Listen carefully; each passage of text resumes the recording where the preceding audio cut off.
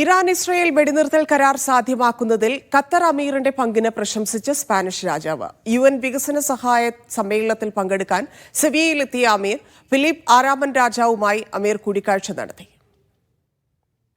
അൽ ഉദൈദ് വ്യോമതാവളത്തിന് നേരെ ഇറാൻ നടത്തിയ ആക്രമണത്തെ സ്പാനിഷ് രാജാവ് ശക്തമായി അപലപിച്ചു. ഖത്തറിനുള്ള ഐക്യദാർഢ്യം ആവർത്തിച്ച ഫിലിപ്പ് ആറാമൻ രാജാവ് ഇറാൻ ഇസ്രായേൽ വെടിനിർത്തലിൽ നിർണായക ഇടപെടൽ നടത്തിയ അമീറിനെ പ്രശംസിച്ചു. 4ാമത് UN വികസന ധനസഹായ സമ്മേളനത്തിൽ പങ്കെടുക്കാനായി സ്പെയിനിലെ സെവിയയിലെത്തിയ അമീർ സ്പാനിഷ് രാജാവ് ഒരുക്കിയ അത്താഴവിരുന്നിലും പങ്കെടുത്തു. ഇരു രാജ്യങ്ങളും തമ്മിലുള്ള ഉഭയകക്ഷി ബന്ധം ശക്തമാക്കുന്നത് കൂടിക്കാഴ്ചയിൽ ചർച്ചയായി. സാംസ്കാരിക, വിദ്യാഭ്യാസ, സുരക്ഷാ മേഖലകളിൽ ബന്ധം ഊഷ്മളമാക്കും.